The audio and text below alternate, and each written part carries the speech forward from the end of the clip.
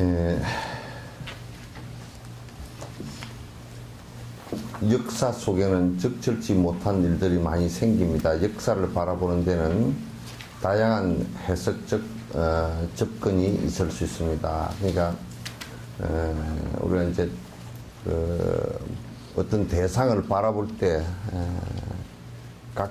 각각 다른 어떤 시각을 가질 수 있다는 뜻입니다. 그러니까 똑같은 그 새소리를 듣고서도 내 마음이 슬프면 이제 슬프게도 듣기도 하고, 내 마음이 또 즐거우면 즐겁게 듣기도 하고, 또 아무 관심이 없으면 새가 옆에 울었어도 울었는지 마는지 잘 모를 수도 있고 이제 그러잖아요.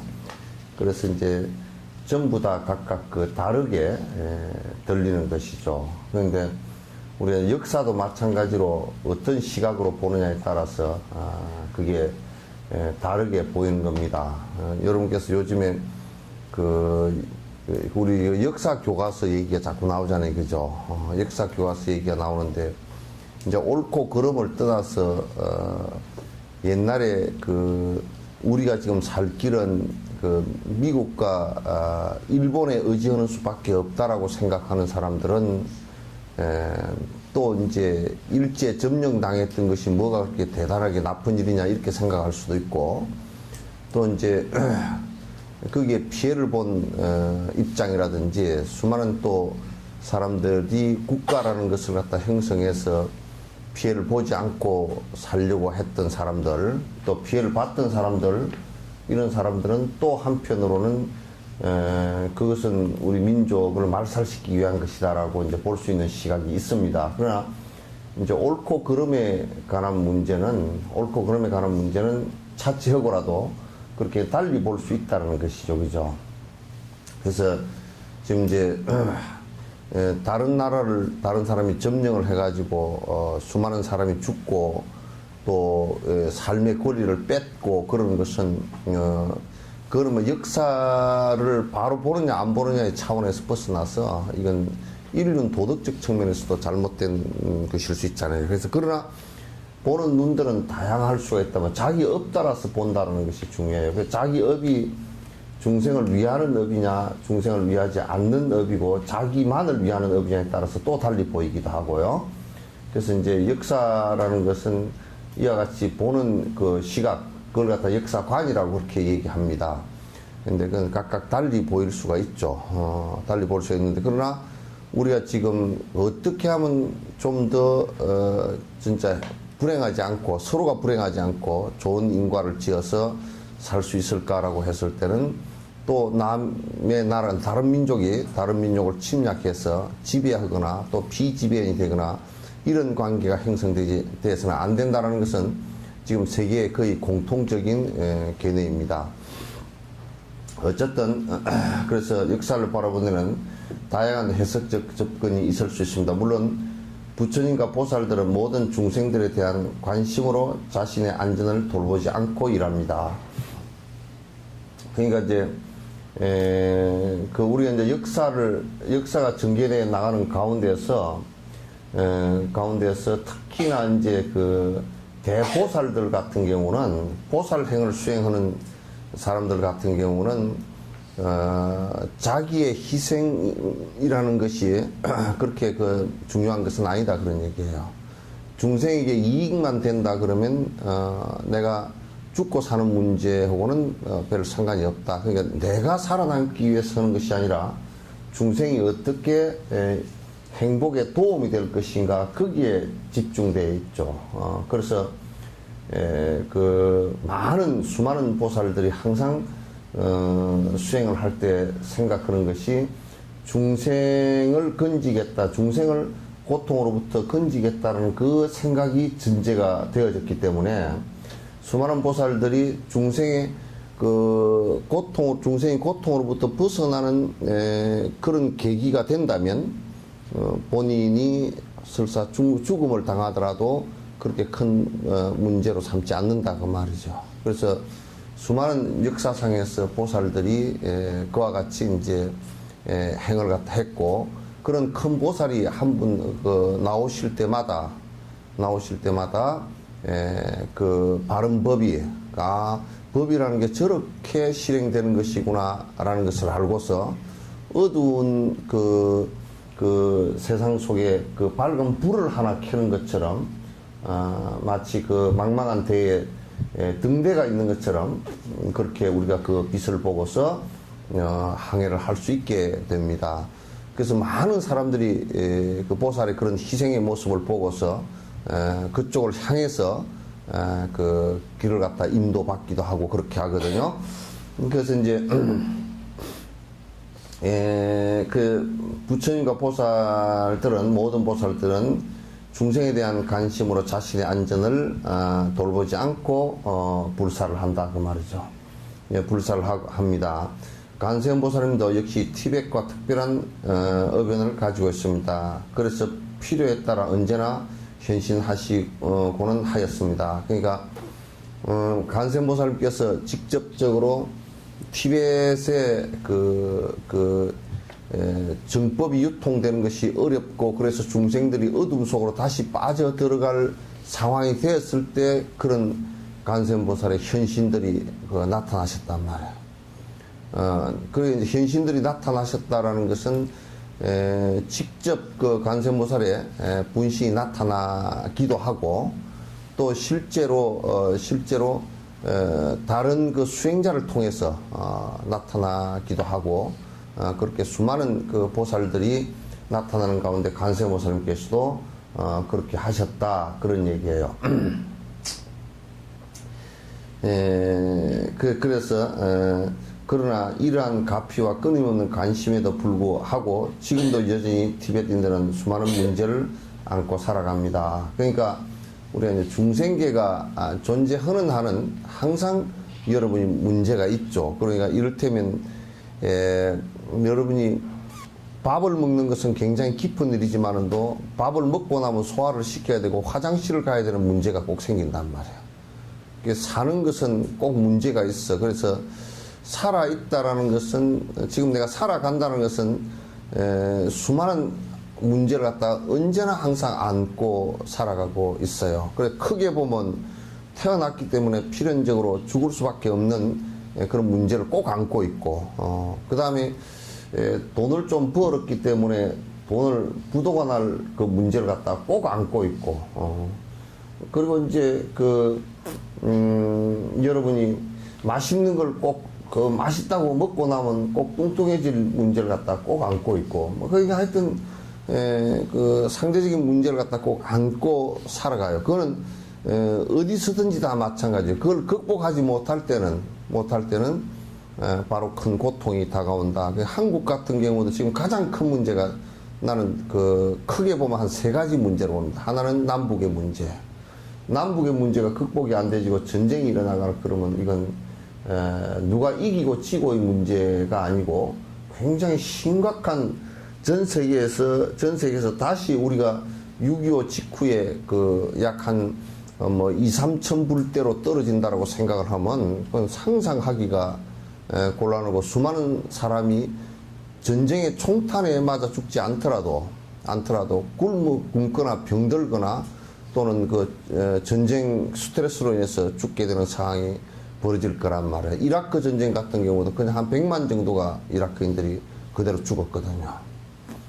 그거는 이제 미국 사람들이 이라크 전쟁에서 한 몇만 명밖에 안 죽었다 공식적으로 그렇게 얘기하지만은, 사회과학자들이 인구를 가지고, 인구가 늘어나고 줄어드는 것을 가지고 전부 다 가지고 전쟁 하는 사이에 인구가 줄어든 거 있잖아요.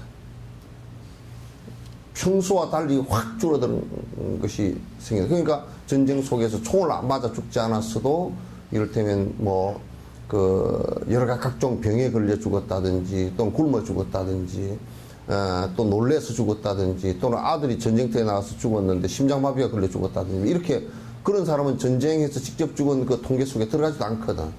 수없이 많은 희생을 갖다 당할 수밖에 없는 것이 이제 현실이에요. 그래서 이제 한국 문제는 그 다음에 이제 하나가 빈부격차의 문제란 말이에요. 남북한이 통일이 된다 손치더라도 해결을 해야 될 가장 큰 문제 중에 하나가 북한의 빈곤을 갖다 어떻게 그걸 갖다 크게 차이가 나지 않고 우리가 살 수 있게끔 만들 것인가라는 문제가 또 하나 있잖아요. 그죠? 또 그렇게 됐다 손 치더라도 저 독일 같은 경우는 그 주변 국가들이 그렇게 큰 국가들은 없어요. 통일을 할 때 주변 국가들이 다 그만 작은 국가들이 많은데 우리는 그 주변 국가가 중국 크지, 일본 크지, 미국 크지, 러시아 크지, 전부 다 이게 그 4개국이 전부 다 이해가 달라요. 우리나라에 대한 생각하는 그 이해가 달라요. 중국은 우리나라가 통일되면 저거들 그 국경에 바로 미군과 한국군을 접하게 되는 것이 두려워요. 한국이 옛날부터 한국이라는 나라가 그 중국의 가장 골치 아픈 나라 중에 하나였으니까. 그리고 일본도 한국이 커져 버리면 도대체가 그 복잡해지는 문제가 한두 가지가 아니고, 그러니까 이제 한국이 만약에 중국 쪽으로 붙어버리면 일본이 엄청나게 불리해져 버리고, 또 미국과 붙고 직접 그 일본과 상대를 안 해버리면 지금도 그런 상황이 좀 있죠, 그죠? 굉장히 복잡해지는 문제가 생기기 때문에 일본으로서도 골치 아프고, 그래서 이거 주변의 사강 관계가 굉장히 한국으로서는 그 조조를 잘못하면 옛날 구한말처럼 뭐 러일 전쟁이 일어났다든지 청일 전쟁이 일어났다든지, 결국 그 사이에 러일 전쟁, 청일 전쟁, 그 다음에 이제 일어난 것이 그 미일 전쟁이란 말이야. 그러니까 사강이 전쟁을 우리나라에서 다 했단 말이야, 이게. 우리가 조절을 잘못하면 그런 상황이 벌어질 수 있는 것이 얼마든지 있기 때문에 이 문제가 또 문제란 말이야. 그러니까 우리는 항상 살면서 그런 문제들을 갖다 많이 안고 있어요, 그죠? 국가적으로도 안고 있고 개인적으로는 또 여러분들도 개인적으로 문제를 많이 안고 있잖아요, 그죠? 항상 뭐 문제가 있어. 막 시집 보내놓으면 괜찮을 줄 알았는데 시집 보내놓고 나니까 요것들이 또 쫄딱 망해가지고 돈 내놓으라 그러니까 또 골치 아프고 뭐 그런 일들이 비일비재하잖아요, 그죠? 그래서 애를 갖다 또 하필이면 쌍둥이를 세 쌍둥이를 낳아가지고 또 하는 둘이만 키워주소고 데려다 놓으니까 또 갑자기 또 두 쌍둥이를 갖다 키워야 되게 늙음하게 그것도 골치 아프고 뭐 또 뭐 사이라고 이쁜 사이라고 얻어놓으니까 주태백이야 되고 노름을 잘해가지고 아주 골머리가 아프다고 그러고 하여튼 문제가 계속 생겨. 끊임없이 그 문제가 오는데, 그래서 이제 토인비 같은 사람은 뭐라 그러냐면 언제든지 이 역사의 흐름이라는 것은 도전과 응전이다. 그러니까 어떤 모순에 의해서 도전이 오고 거기에 내가 어떻게 적절하게 대응을 했는가 라는 것을 갖다 이제 모티브로 삼아서 역사를 갖다가 역사 연구라는 책을 갖다 쓰기도 했죠. 어쨌든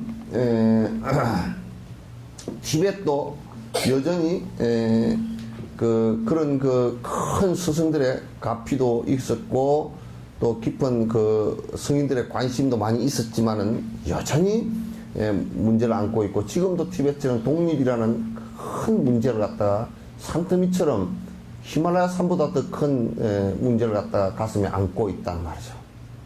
그렇게 이제 안고 살아갑니다. 그렇다고 해서 스승들의 애정 어린 마음을 잊어서는 안 됩니다. 그러니까 우리가 제일 그 두려운 것이 뭐냐면 어려워지고 문제가 생겼을 때 기본적으로 바른 정신 자체를 갖다가 잃어버리게 되면 극히 혼란해져 버려요.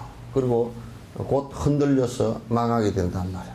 우리가 이제 여러분도 그 감을 따거나 밤을 딸 때도 아무리 급하다고 해서 그 감을 따는 법칙을 잃어버리면, 그죠?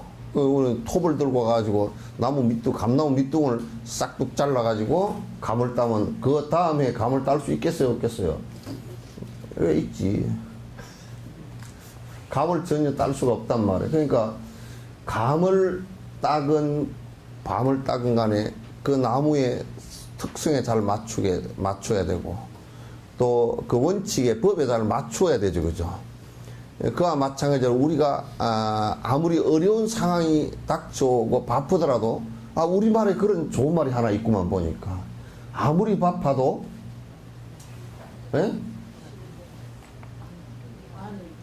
있잖아. 뭘? 아무리 바빠도 실바늘 허리에 매서 못 쓴다 그러죠.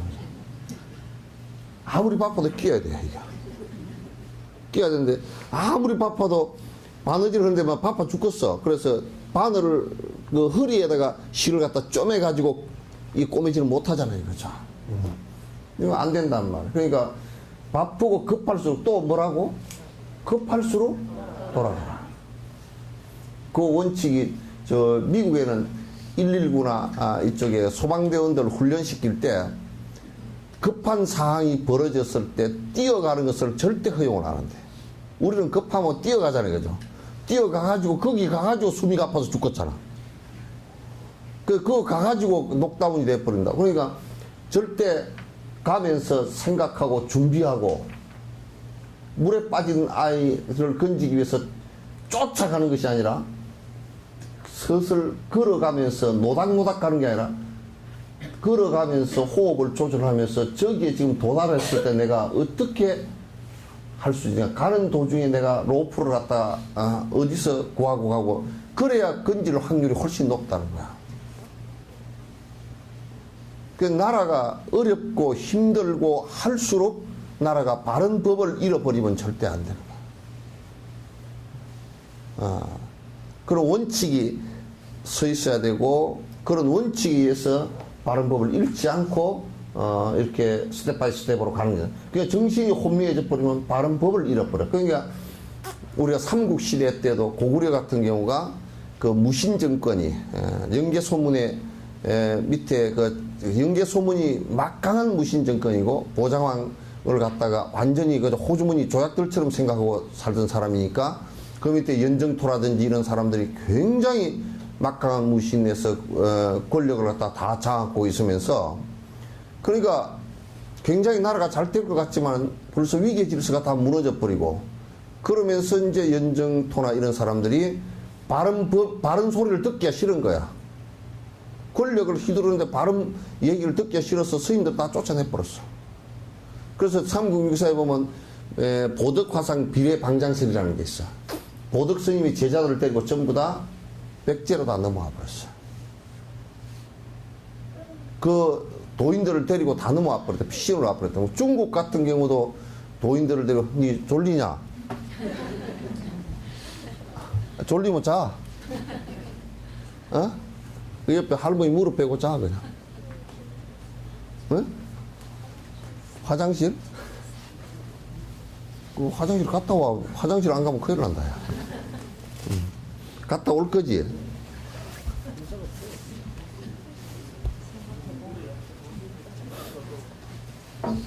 또 지가 화장실 자.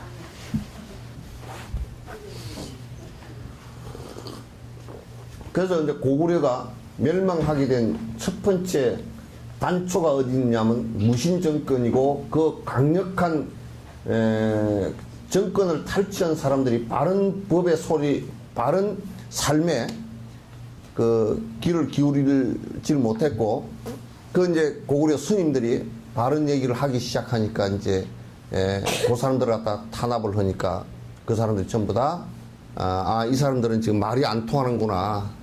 그래서 제자들을 데리고 전부 다 떠났단 말이야. 그렇게 돼버리면 이제 망하는 거야. 왜? 바로 살아가는 법이 없으니까. 거기는 정글의 법칙밖에 없고 서로 권력 싸움과 금력 싸움밖에 없기 때문에.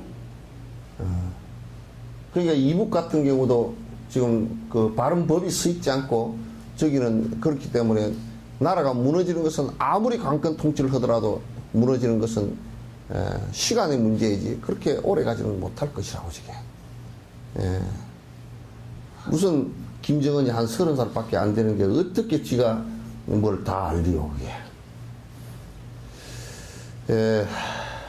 그래서 그렇다고 해서 어렵다고 해서 스승들의 애정어린 마음을 잊어서는 절대 안 됩니다. 국제적인 상황은 끊임없이 변하고 있습니다. 진리를 위한 지지는 끊이지 않습니다. 그러니까 여러분이 참 이게 사람이라는 게요. 사람이라는 게 저녁에 여러분이 주무시면서 내일 아침에도 해가 안 뜰 것이라고 생각하면 잘 생각이 들겠어요, 안 들겠어요? 못 자. 깜깜해가지고. 항상 사람은 뱃바라기를 하게 돼 있어. 요즘에 아파트 업자를 제외해놓고서는 전부 다 뱃바라기를 해. 요즘에 아파트 업자들은 땅만 생기면 거꾸로도 지어놓고 뱃을 안 보고 등지고 지어놓대. 아주 진실에 어두운 사람들이야. 지금 여기 지금 요 창틀에 비친 햇볕이 쪽이죠. 요게 저런 히타에 10개, 20개보다도 더 따뜻한 솔라이트입니다. 난방시설입니다. 저게 없고 만약에 거꾸로 앉았다고 치면요, 저걸 10개 틀어놔도 이렇게 안 따뜻해요. 안 밝고. 저게 얼마나 참 따뜻하고 좋은 것이냐면, 빛이라는 것은 그런 것이거든. 밝고 따스한 것이거든. 그러니까 사람이 눈이 있고 귀가 있으면 언제든지 밝고 소리 나는 쪽으로 귀를 기울이게 되어 있다고.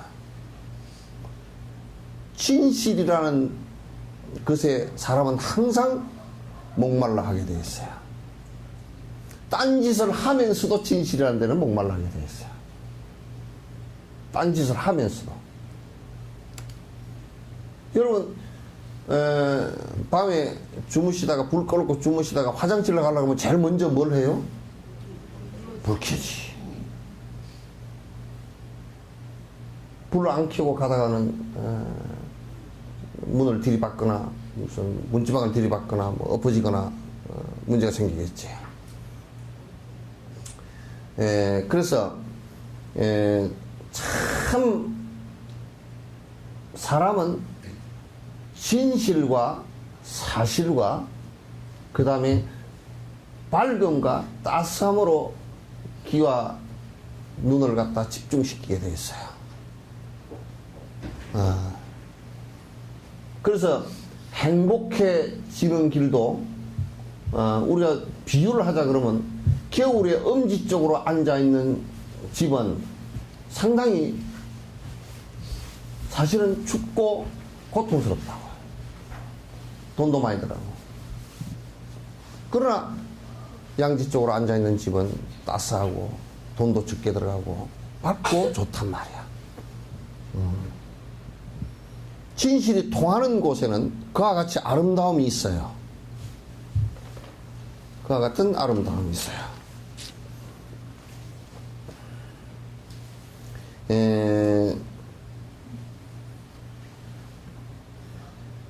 진리는 고귀한 것입니다. 우리는 우리 자신의 관심을 이루기 위해 열심히 일해야 하며 마찬가지로 미래를 위한 준비도 똑같이 열심히 해야 합니다. 그러니까 이제 사실은 우리가 살아가는 것이라는 것은 과거를 위해서 살지는 않아요. 그렇죠? 미래를 위해서 산다면. 오늘 열심히 사는 것은 내일을 위해서 열심히 살고, 이 생을 선하고 또는 중생을 위하고 하는 선행을 하는 것은 다음 생을 위해서 하는 것이라.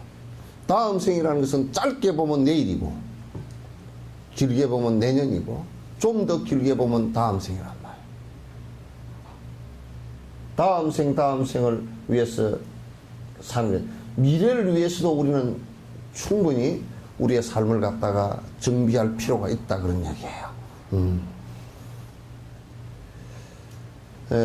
그런 면에서 이 논서는 모든 이들의 미래를 위한 소중한 지침서입니다. 미래의 행복을 이룰 수 있는 중요한 가르침이다. 이 지침서를 따라 자신의 삶을 변화시키기 위해 최선을 다해야 합니다.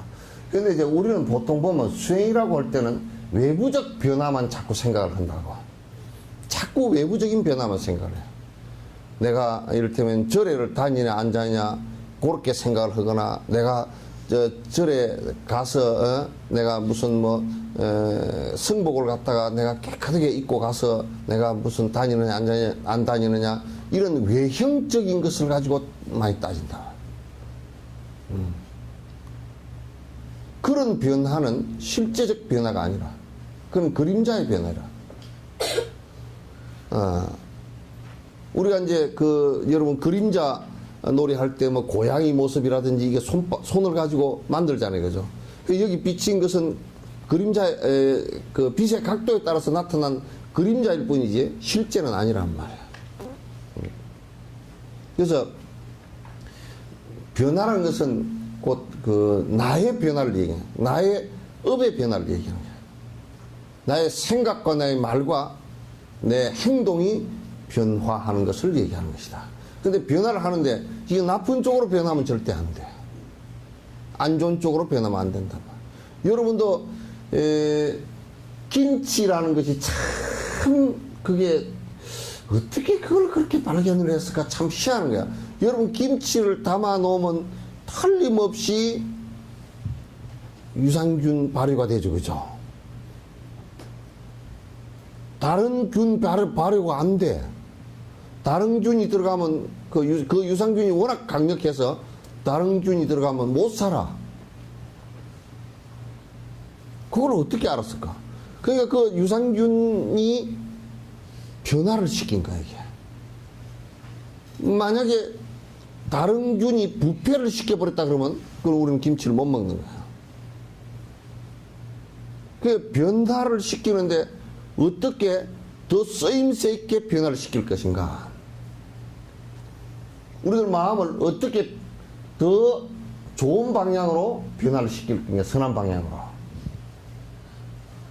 근데 보통 우리는 생각할 때 나의 변화는 생각을 안 하고 외형적이거나 남의 변화만 생각해. 그러니까 불교는 변화하는 것은 나로부터이고 나 무엇으로부터? 내 마음으로부터 변화한다. 그래서 기도가 꼭 필요한 것이란 말이야. 나의 변화를 위해서. 부처님이 들어주고 안 들어주고의 문제가 아니고 나의 변화를 위해서 기도가 필요한 것이다. 그 기도의 바른 문이라든지 참회문은 전부 다 나의 변화를 목표로 하고 있는 거야.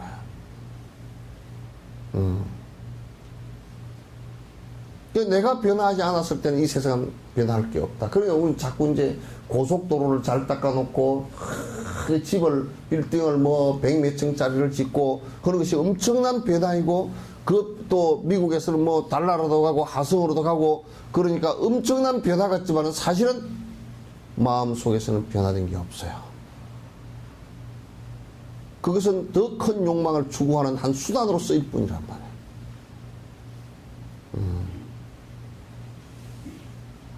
그러니까 내가 변화할 수 있을 것이다라는 것이 수행의 스타트, 시작이에요. 내 변화라는 것은 곧 내가 마음이 변하고 내 말이 변하고 내 행동이 변하면 내 외부 모양도 바뀌게 돼 있어요.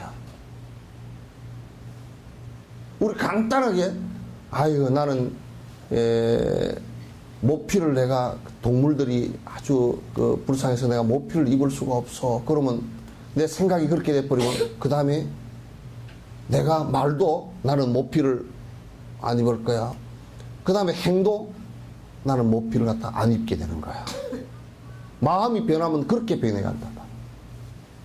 마음에서 모피 입으면 어때? 그러면 말도 아니 모피 좀 입으면 어때?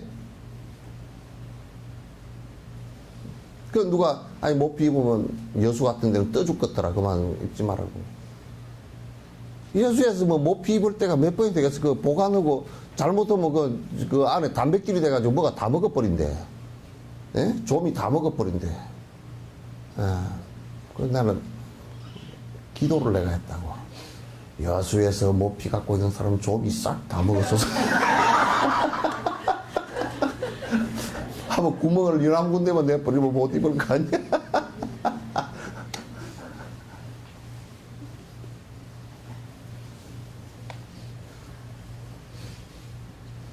여수에서 여우 목도리를 갖고서 눈깔을 하필이면 여우 목도리 나를 보고 깜짝 놀랐어.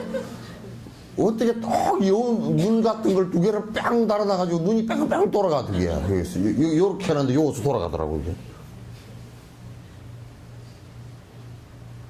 여수의 여우 목도리는 좀이 다 먹어버리소서.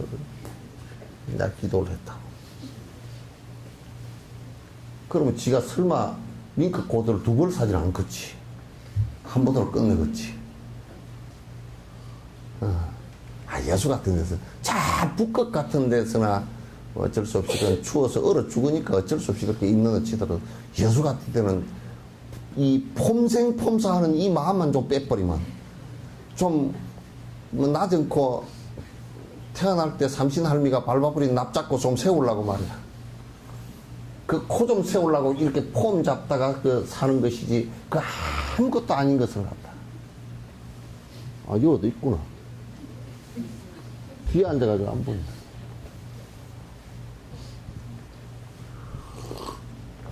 그래서 그 수행이라는 것은 내가 변하는 겁니다. 부정적인 데서 대답 잘한다. 부정적인 데서 긍정적으로 내가 변해가는 거야. 여기서 부정적인 것이라는 것은 중생들에게 이익이 안 되는 것으로부터 이익이 되는 쪽으로 변화하는 것이에요.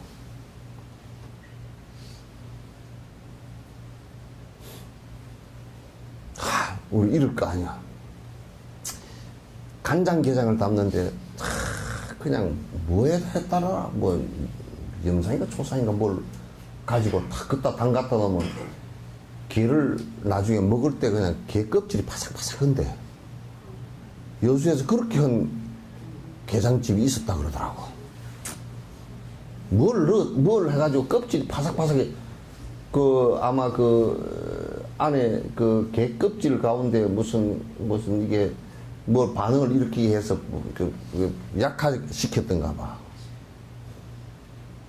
그럼 그 사람 마음 속에서는 이게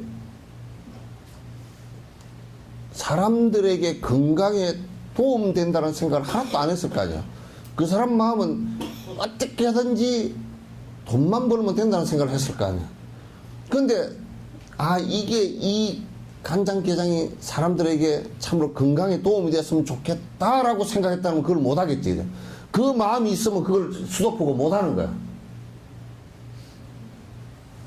그렇죠? 네.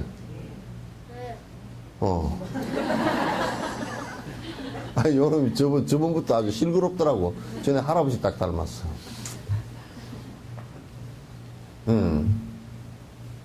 그렇게 우리가 마음이 변화하면 내 말도 변하고 행동도 변하고 또 내 모양도 변하고 사는 모습도 변하고 다 변해. 그러니까 이게 전부 다 일체유심조라. 그래서 내 마음의 변화에 따라서 내 주변이, 내 몸이, 내 눈빛이, 내 생각이, 또 내 행동이 다 변한다는 뜻이야. 그 우리가 이제 요렇게 놓고 보면 저 사람이 안 이쁘다라는 것은 왜 안 이쁘죠? 응? 못생기시니까 안 이쁘다고? 지 마음이 못돼서 그런 거지.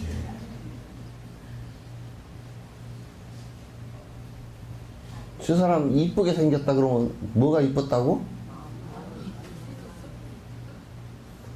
그 여기 잘생긴 사람 있나?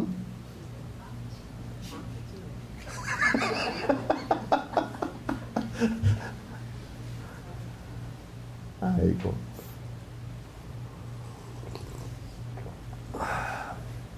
근데 희한하게도 만약에 우리가 마음을 변화시켜서 내가 남을 도우면서 살겠다라는 생각이 있어서 그게 행동으로 계속 되지만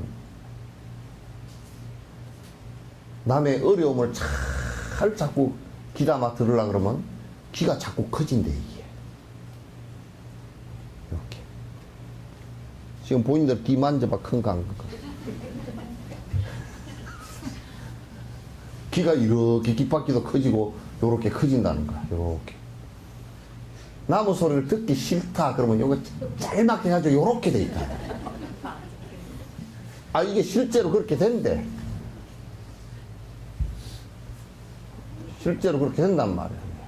안 되는 게. 내 마음이 어떻게 변하느냐에 따라서 내 모습도 변하는 거라.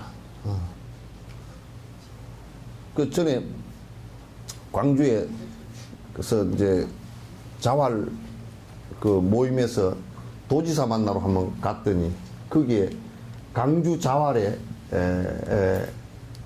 그 시각장애인이 한 분 계셨어요. 그분이 회장이라. 그 같이 따라가자 그래서 내가 따라갔더니 가면서 도지사 이제 저 사무실에 가면서 도지사한테 그때 지금 도지사 그때 도지사였는데 초임이었대요. 그 도지사께서 아이고 이제 장애인 오셨으니까 이제 그 제가 박준영입니다. 그러니까 저는 눈에 뵈는 게 없습니다. 뭐 도지사인지 뭔지 모르겠다. 눈에 뵈는 게 하나도 없습니다. 말 되지, 그죠?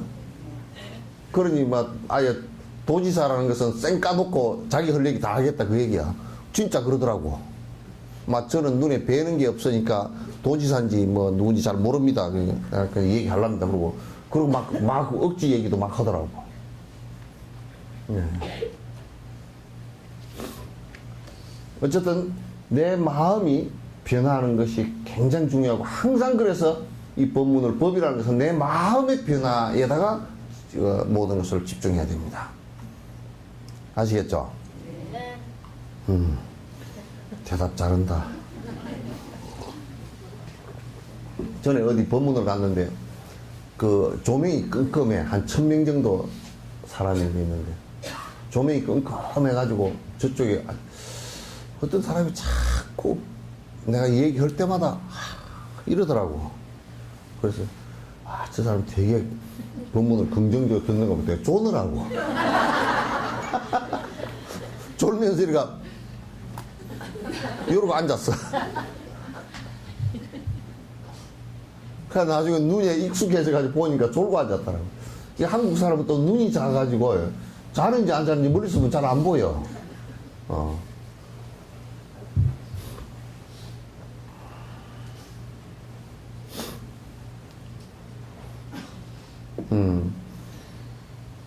부처님의 가르침에 따르면 긍정적인 자세를 개발하는 것은 아주 중요한 일입니다.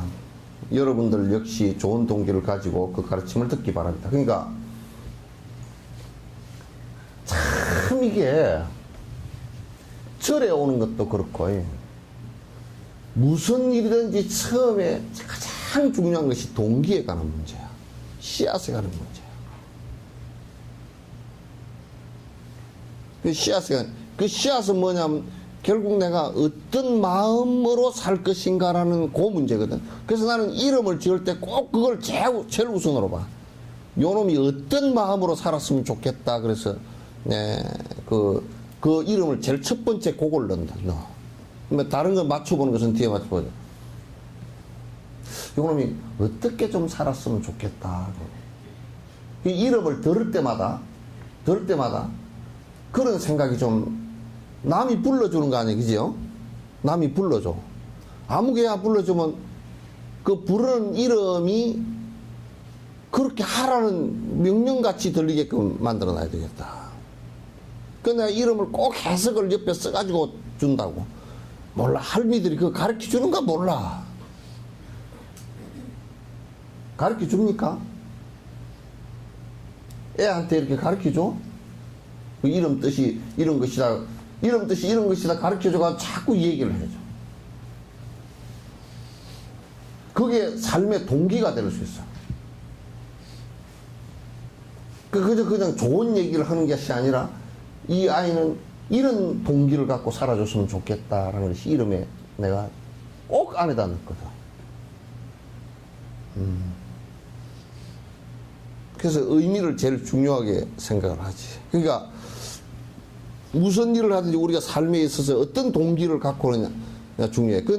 그 일을 했다라고 해서 그게 정당한 것이 아니고 어떤 동기를 갖고 했느냐가 정당한 거야. 그러니까 우리가 풀을 다 뽑았다. 풀을 뽑았는데 뭘 하려고 풀을 뽑았는지가 있어야 돼. 제일 신경질나게 밭에 풀 뽑기 싫은 게 뭔 풀인 줄 알아요? 예? 아직 아무것도 씨알 뿌릴 생각도 안 하는데 풀만 매야 되는 사람. 뭘 하고 지금 내가 풀을 죽자 살자 매냐, 그.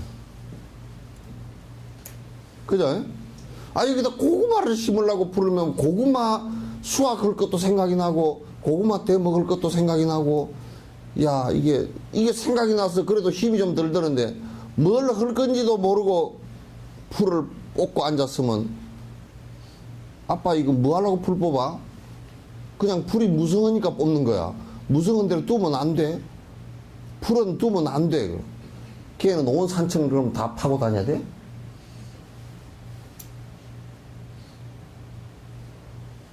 그래서 내가 그 얘기를, 비유를 자주 한다니까. 동기 자체가, 씨앗 자체가, 우리가 밭을 그냥 빈 밭을 보고는 밭이라 그래. 이름이 붙을 때는 깨밭, 콩밭, 수수밭, 옥수수밭 그러잖아, 그죠? 옥수수밭에는 뭘 심어서 옥수수밭이야? 와, 이거 봐봐. 알잖아.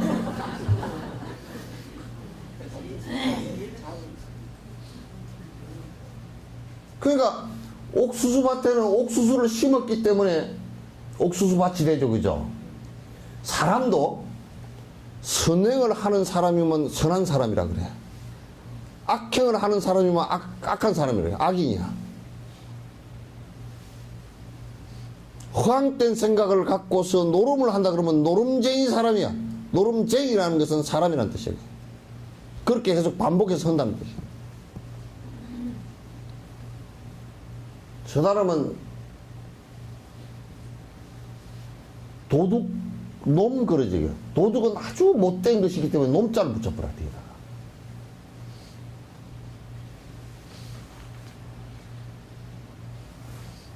그러니까 우리가 무엇을 할 때 어떤 동기로 하느냐. 그게 가장 중요해.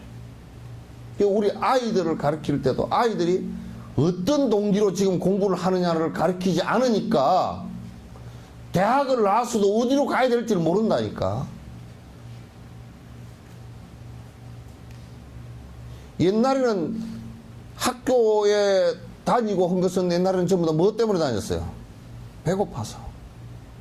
어떻게든지 공부를 해서 내가 배고픈 걸 면하게 해야 되겠다. 그래서 지금 한 50대, 60대, 70대 된 사람들은 어떻게든지 우리 가족이 배를 골지 않아야 되겠다. 그래서 그 가장들이 그래서 엄청난 스트레스를 받고 이직을 하고 싶어도 딴 이 직장을 때려치우고 싶어도 못 때려치우고. 왜? 굶으면 안 되니까. 이제 요즘 애들은 뭐냐면, 요즘 애들은 안 그래. 굶든지 말든지 뭐. 입에 거미줄 죽었어 그러고 살아. 밥 못 먹고 라면 먹지 뭐.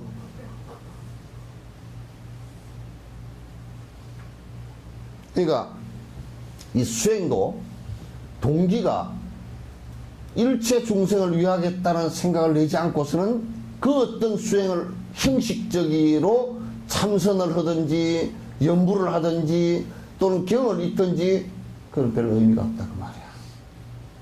중생을 위하는 보리심이 동기란 말이에요. 절이 있는 것도 중생을 위하는 절이 아니라 그러면 그건 의미가 없어. 중생에게 피해만 되는 거야. 이 세상에 존재하는 것이 우리가 이제 정치하는 정당 같은 경우도 국민들에게 저 정당이 피해만 주는 정당이다. 그러면 인기가 뚝 떨어져 버리고 안 찍어줘 버려. 다 떨어져 그러면.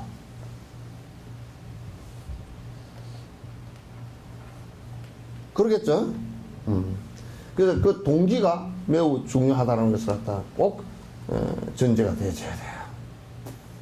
그래서 이제 우리 불교 안에서, 교단 안에서 미신적 동기를 가지고 불교를 믿는, 불교 절에 다닌다 그러면 그건 대단히, 그건 귀신 푸닥거리 얘기야, 전부 다. 그건 뭐, 전국적으로 지금 아주 문제가 커.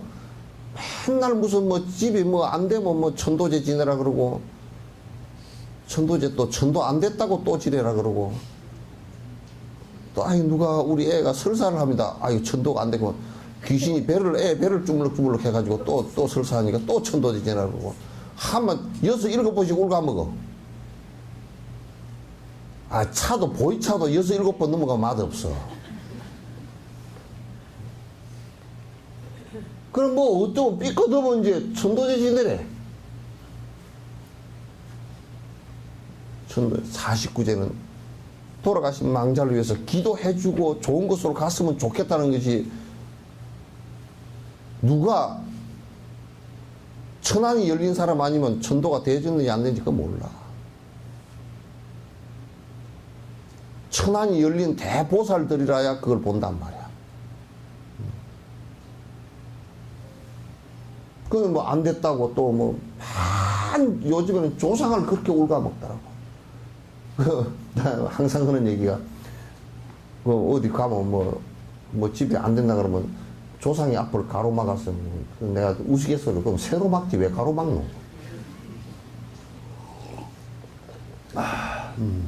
새로 막으면 될 거 아니야, 이렇게.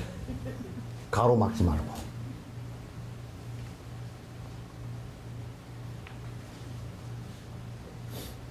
근데 이름 뭐냐? 빨리 얘기하면 뭐 맹꽁이다. 응? 윤세혁. 세익이는 할아버지가 너를 잘 되게 해주겠어? 너 안 되게 하겠어?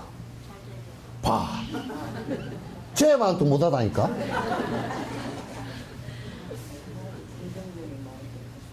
아니, 긍정적이건 부정적인 간에 어떻게 내 할아버지 할머니가 나를 가로막겠느냐 그 말이요.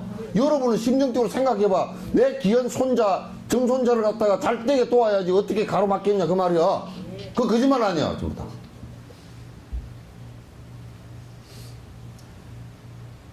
당신이 지옥을 가더라도 손주 잘 되게끔 할 거 아니에요, 그죠?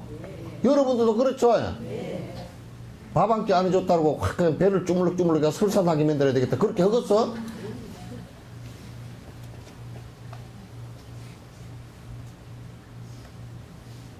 맞지? 네. 그래 막 할배가 무지무지하게 너를 위할 거란 말이야. 네가 안 되는 일이 있을 때는 할배가 옆에서 도우려고 되도록 도우려고 그럴 거란 말이야. 그지? 네.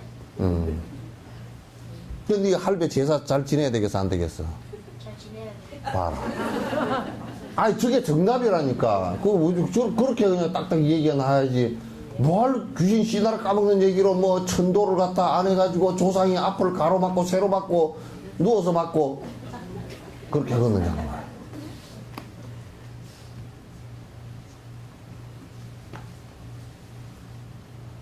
그렇게 안 합니다. 네. 설사 49제를 안 지냈다 그러더라도 부모로서 할아버지로서 앞을 가로막지는 않아. 우리가 할머니 할아버지가 자 좋은 곳에 가십시오 하고 기도해 드리는 것이지. 요즘에는 막 귀신 푸닥거리를 막 절들해서 그냥 전부 다 뭐 아이고 또 조상 가운데 비명 행사한 사람이 없습니까?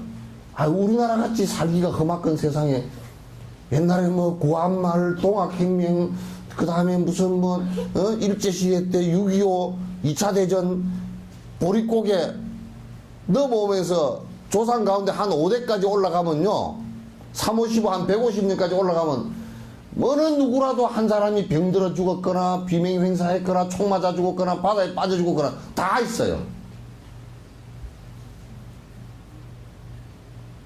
그러면 무당이 급보라고 5대 조부께서 가서 물에 빠져 돌아가셨구만요. 네? 그런 헛소리를 해가지고 사람을 갖다 공포심으로 몰아넣어가지고 그 돈을 벌어먹고 불상을 모시고 법당을 모시고 뭘 흔다손 치더라도 그게 무슨 그런 동기로서 그런 마음을 갖고서 하면 그건 전부 다 큰 죄를 짓는 거야. 큰 죄를 짓는 거야.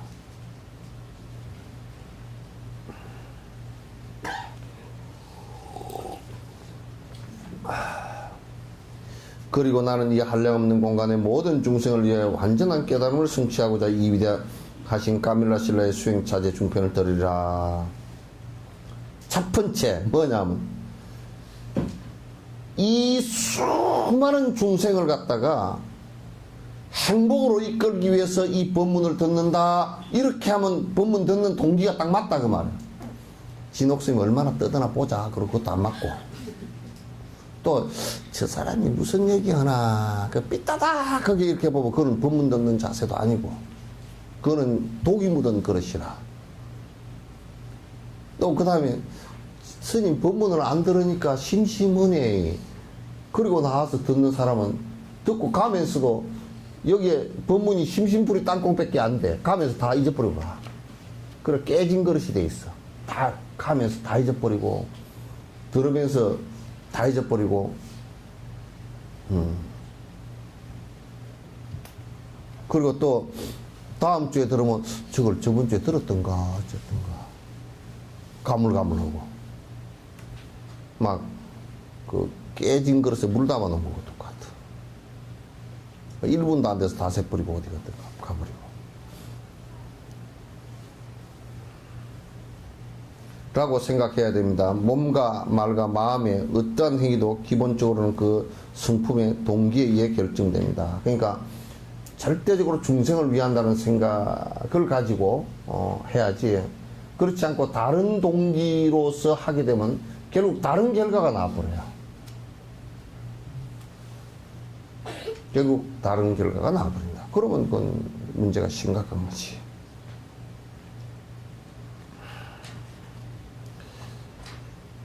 따라서 어떤 행위는 긴 세월 불성을 이룰 수 있는 긍정적인 동기로서 선과 행복을 가져옵니다. 그러니까 일체 중생을 위하겠다는 보리심의 동기는 그 씨앗은 내가 깨달음을 이루어서 중생을 이익되게 하겠다라는 요것은 긴 시간이 지나면서 결국 그 결과가 왔을 때는 성불이라는 결과가 오게 됐단 말이에요. 그렇지 않고 믿으면 그건 자기가 믿는 결과가 왔을 때는 그걸 거치게 돼 있어. 왜? 우리가 나무를 심었을 때 과일이 달리면 그 농사 다 지은 거 아니야, 그지? 그 내가 탱자나무를 심었으면 탱자가 달릴 수밖에 없고, 유자나무를 심었으면 유자가 달릴 수밖에 없잖아요.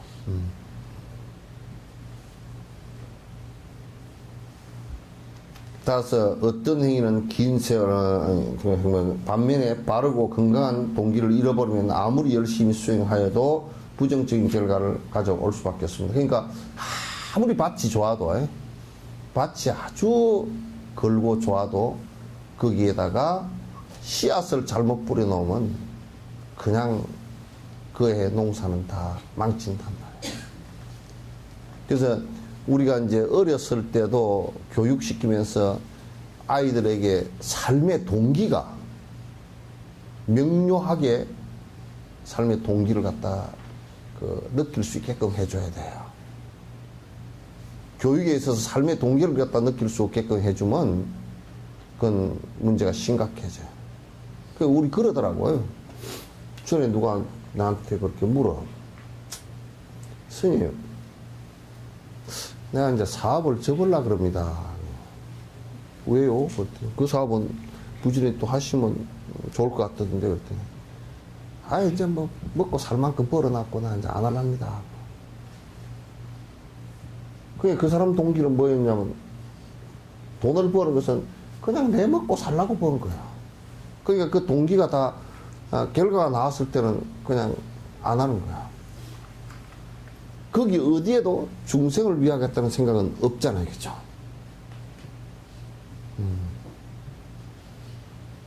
중생을 위하겠다는 생각이 없으니까 내가 내 먹고 살마시는데 그만하지 뭐. 이렇게 된단 말이야. 그 절에 다니는 것도 이제 절에 다니면서 막 복빌로 다니고 한 사람들은 세 가지 형태가 있어. 첫 번째, 복을 빌러 다니는 사람들이 복을 빌었는데 지 복 빈대로 된 것 같이 느끼는 거 있죠, 그죠? 그거는 인과 따라 되는 것인데 지가 빌었다고 된 건 아니거든? 그럼에도 아이고 수능 시험을 봤는데 애가 점수가 잘 나왔다 이것을 아이고 부처님 덕에 그럼 부처님 덕 아니요 애 덕이지. 애가 공부를 잘해서 그래. 부처님 덕에 애가 공부를 잘했다고 그러면 병원에서 의사가 치료를 했는데 하나님 덕에 잘 나왔다 그러면 병원을 왜 가? 가지 말지. 그것도 의사 옆에서 그러면 안 되잖아.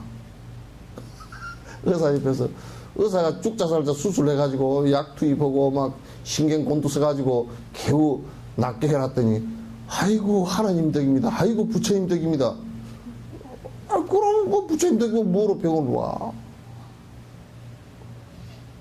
에?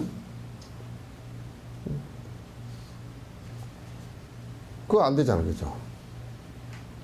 그래서 복을 빌러 다니는 사람들이 그렇게 된 것이 아님에도 불구하고 그렇게 된 것처럼 착각하고 부처님에게는 빌면 된다 이거야. 그렇게 다니는 사람이 있는가 하면 하나는 빌었는데 안 돼. 그러면 이제 또 그 스님 뭐 빌었는데 잘 안 됩니다. 그러니까 뭐라 그래요? 네가 정성이 부족해서. 그럼 정성을 어떻게 드리면 아주 지극하게 드리래. 그 지극하게 하기가 참 어렵거든. 어떻게 해야 지극하게 하지? 집에서부터 108배를 해가지고 올라올까? 그래가지고 한 서너 번 그렇게 해놔놓으면 그냥 저래 다니기가 싫어져 버려. 애도 시험에 그냥 한 100번 떨어지고 나면 아이고 우리 애를 갖다 부처님이 버렸나 보다. 별 영험이 없대. 어디 저 갓바위로 가볼까 이랬더라. 그 애가 공부 안 해서 그래. 그죠? 왜 다른 사람은 대답 안 해?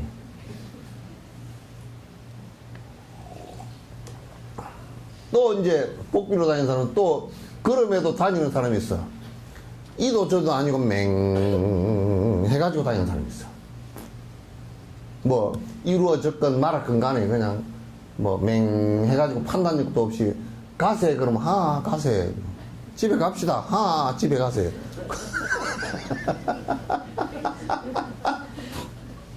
아무 판단력이 없는 사람이.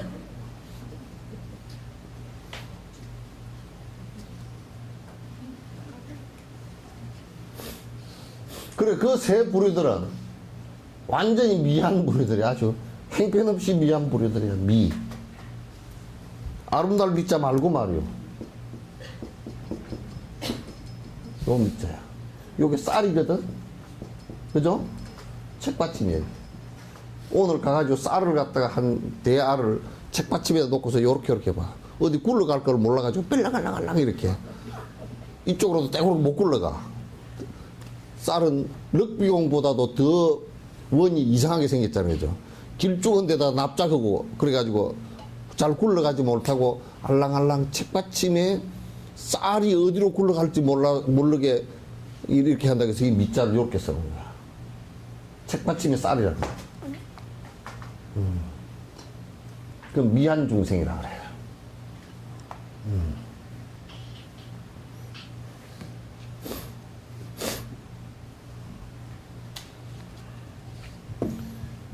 아주 간단한 차이 같지만 세심한 주의를 필요로 하는 내용입니다.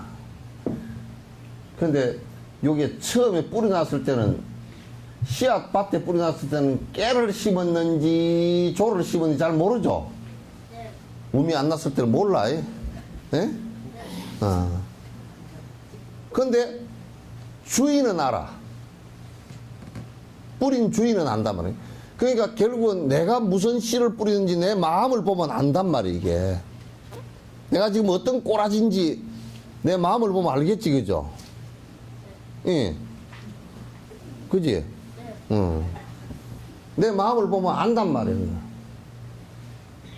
근데 처음에는 씨를 뿌려놨는데 안에 씨가 이게 깨를 뿌렸는지 이게 조를 뿌렸는지 잘 모른다고. 그러니까 이게 이파리가 나와보면 처음에는 또 이게 처음에 이파리 날 때, 떡잎 날 때도 전문가 아니면 구분을 잘 못해.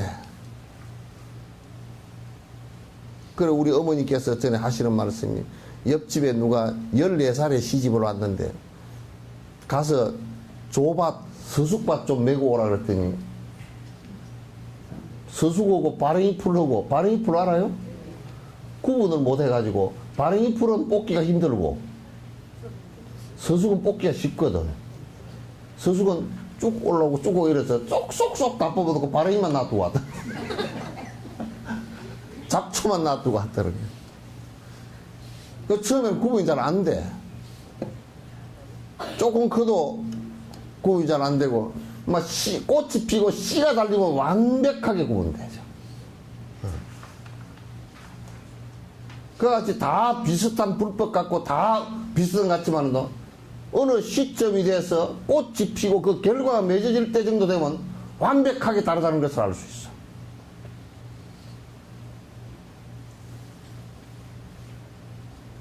아시겠죠? 네. 니는 참 대답을 정말 잘한다. 대답을 그래. 선생님한테도 그렇게 대답하냐? 선생님, 학교 가면 선생님한테 대답해? 에? 에? 에? 대답 안 해? 손만 들어가지고, 1 더하기 1은 얼마냐? 그러면, 네.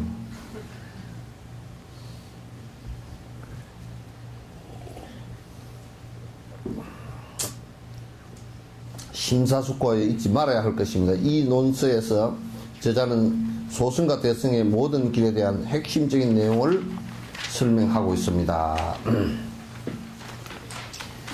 그러니까 대소승을 갖다 구분할 필요가 사실은 없다 그 말이야. 그러니까 이제 그 대승 안에는 전부 다 소승이 다 포함되어 있는 것이에요. 또 소승을 한다고 그러더라도 대승을 모르면 사실은 불법을 제대로 모르는 거야. 모르는 거란 말이야. 세속적인 보리심, 그리고 지와 간에 대한 특별한 강조와 함께 육바람일 수행을 설명하고 있습니다.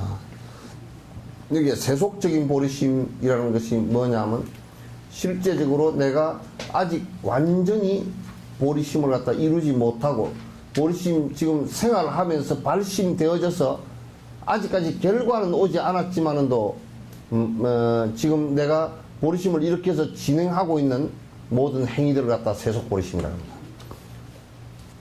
그건 뭐냐면 우리가 깨를 심었을 때 깨가 순이 나오고 요게 꽃이 피기까지는 아직 깨가 아니잖아요, 그죠?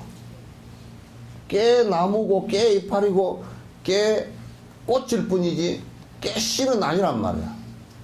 그 깨씨가 나오기 전을 갖다 전부 다 깨잎, 깻잎, 그 다음에 깨줄기, 뭐 깨꽃 그렇게 얘기하지.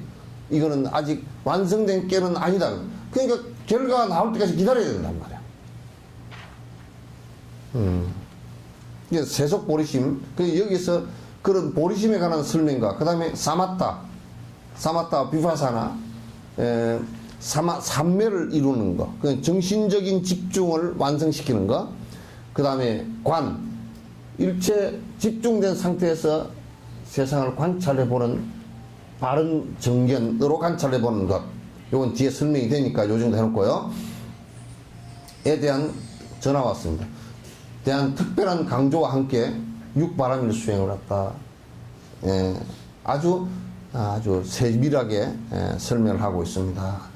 불교 수행에 처음 입문하는 사람들이나 아직 수행의 과정과 행식에 익숙하지 않은 사람들은 이 논서에서 가르치고 있는 핵심적 의미를 갖다 이해하려고 꼭 노력을 해야 됩니다. 그러니까 이게 이제 요런 관계로 전부 다 이루어져 있다. 이에 대한 바른 지식을 갖추면 다른 경전들도 큰 어려움 없이 이해할 수 있기 때문입니다. 이게 개론서와 같은 것이다. 전체 까밀라 신라께서 경전을 보시고 또 논전들을 많이 보시고 그걸 갖다 전부 다 수행 차제를 정리를 갖다 해 놓으신 것이다. 이 논설은 불교의 모든 다른 경전들의 문을 여는 열쇠와 같습니다. 그러니까 우리가 이제 이런 것을 안 보고 경전을 바로 수많은 경전을 갖다 바로 보기 시작하면 그 경전마다 특성들이 다 다르고 그래서 그 전체적인 의미를 갖다 그 통과를 해서 알기가 매우 어렵다 그 말이죠. 그래서 이렇게 이제 보는 것이 좋다. 이제 12시까지 5분 정도 남았으니까 인과에 관해서 조금 들어가도록 하겠습니다.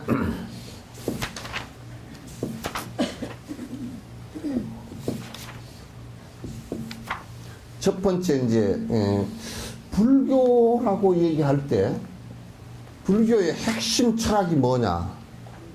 그 연기 사상이에요. 그러니까 연기라는 것은 원인과 조건에 의해서 변화하는 얘기를 갖다가 설명해 놓은 거예요. 그러면 모든 것은 전제가 뭐냐면 모든 것은 변화한다라는 것이 전제가 되어야 돼요. 그러니까 안 변하는 것이 하나도 없다라는 것이 전제가 되어야 돼요. 그러니까 절대적 가치라는 것은 이 세상에 아무것도 없다라는 것이 전제가 되어야 된단 말이에요. 그러니까 이제 보통 사람들은 안 변하는 것이 있다라고 생각을 하는 거야. 뭔가 안 변하는 것이 있을 것이다 라고 생각하는 거야. 어리석게도 전에 막 몸체 하늘로 들려 올라간다고 휴거를 주장했던 사람들은 이 몸이 영원히 산다라고 생각했던 거야. 그건 정말 멍청하고 정말 저 구석기 시대에 뭐 아주 뭐 지금부터 한 150만 년 전에도 그렇게 생각하는 사람이 없었을 거야. 아주 퇴보된 생각이에요. 몸이 영원히 산다라는 것은 우리 삶의 경험으로 볼 때 그런 사람이 한 사람도 없고 그런 생명체가 하나도 없었기 때문에 그건 인정할 수가 없잖아요. 그죠? 앞으로도 그렇게 태어날 가능성은 전혀 없다. 10만 분의 1도 없다.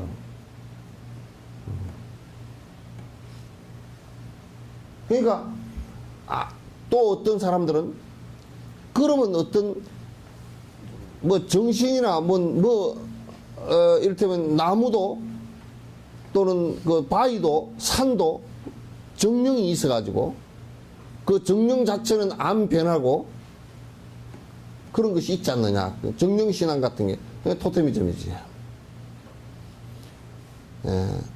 그런 것이 있다라고 생각을 하는 거야.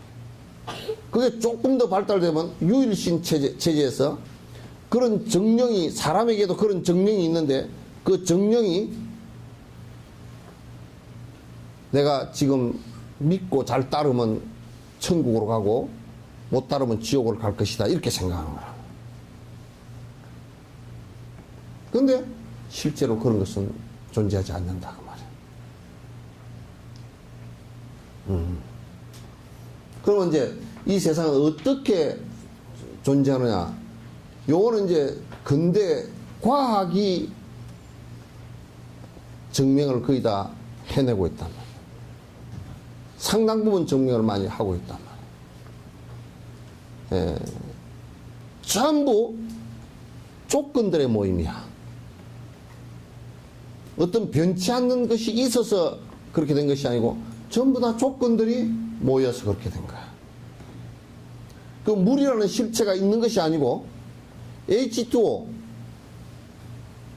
수소와 산소가 모여서 물이 됐다. 그걸 분해시키면 물이라는 실체가 없어. 그러죠? 네. 분해시키면 아무것도 없단 말이에요. 그러니까 분해시켜 놓고 보니까 물이라는 것도 수소와 산소로 분해돼 버리고 물이라는 실체가 없단 말이에요. 물이라는 실체가 있다면 그게 정령이나 뭐가 있다면 분해했더라도 뭐가 남아있어야 될 거 아니에요. 남아있는 게 없다 그 말이죠. 그래서 그 본질을 갖다 공성이라 그런다고. 공이라 그런다고. 그렇기 때문에 이 세상은 전부 다 조건과 조건들의 모임일 뿐이야. 그래서 계속 변화해 가는데 그 변화하는 그 파워, 힘이 뭐냐면 그런 반복된 힘이야. 그러니까 그걸 음력이라 그래. 예. 그러니까 우리가 이를테면 지금 오늘이 존재하는 것은 그 앞에 삶이라는 것이 계속 반복되어 왔기 때문에 오늘이 존재하지, 그죠? 그러니까 오늘 삶이 존재하고 반복함으로써 오늘 또 밥 먹고 오늘 자고 그럼으로써 내일이라는 것이 또 형성이 된단 말이에요. 내일은 또 오늘의 내일이라는 것이 없고 다가왔을 때는 오늘이라고 또. 그 반복되는 그 행위 자체를 갖다가 까르마, 업이라고 한다. 그것에 의해서 계속 존재를 해나가고 있다. 근데 그게 존재하는 방식에 있어서 분명히 룰이 있어. 그 룰은 인과다, 그런 얘기죠. 룰은 전부 다 인과다. 그 원인과 조건에 의한 생긴 결과다, 그 말이에요. 불교에서는 이걸 안 믿으면, 여러분이 이를테면 만약에 이걸 모르면 말이에요, 불교를 전혀 몰라. 인연 따라서 일어났다 인연 따라서 사라지는 이걸 모르면 불교 자체를 갖다 아예 몰라버려. 예. 그러면 이제 이게 이론이 경강부에서 옛날에 카톨릭이 얘기했듯이 지구는 내보가 나고 무슨 지구는 그 자리 가만히 있고 태양이 지구를 따라서 돌고 이렇게 생각했던 그런 경강부에 한 잘못된 이론이냐면 지금 과학이 증거를 가지고 증명을 해봐도 다 맞는 얘기가 된단 말이에요. 그러니까 사실에 부합한다는 팩트라는 얘기예요. 아시겠죠? 그렇게 이제 여러분도 인과가 분명하잖아요. 밥 먹고 나면 화장실 가죠. 밥 먹고서 화장실 안 가는 놈은 딱 한 놈밖에 없어. 찐득이. 찐득이.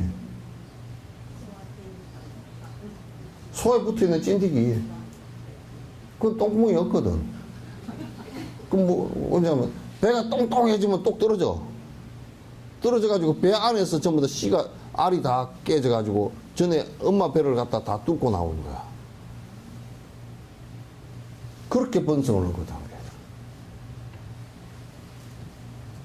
요즘 막 그냥 살인 진드기 그런 사죠, 그죠? 그거란 말이야.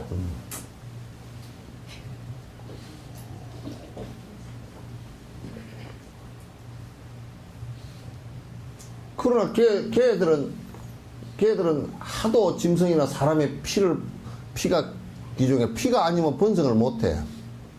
그러니까 아예 그걸 갖다 그냥 그대로 붙어 있다가 그대로 다음 세대로 넘어가 버리는 거야. 그러니까 엄마는 죽는단 말이야.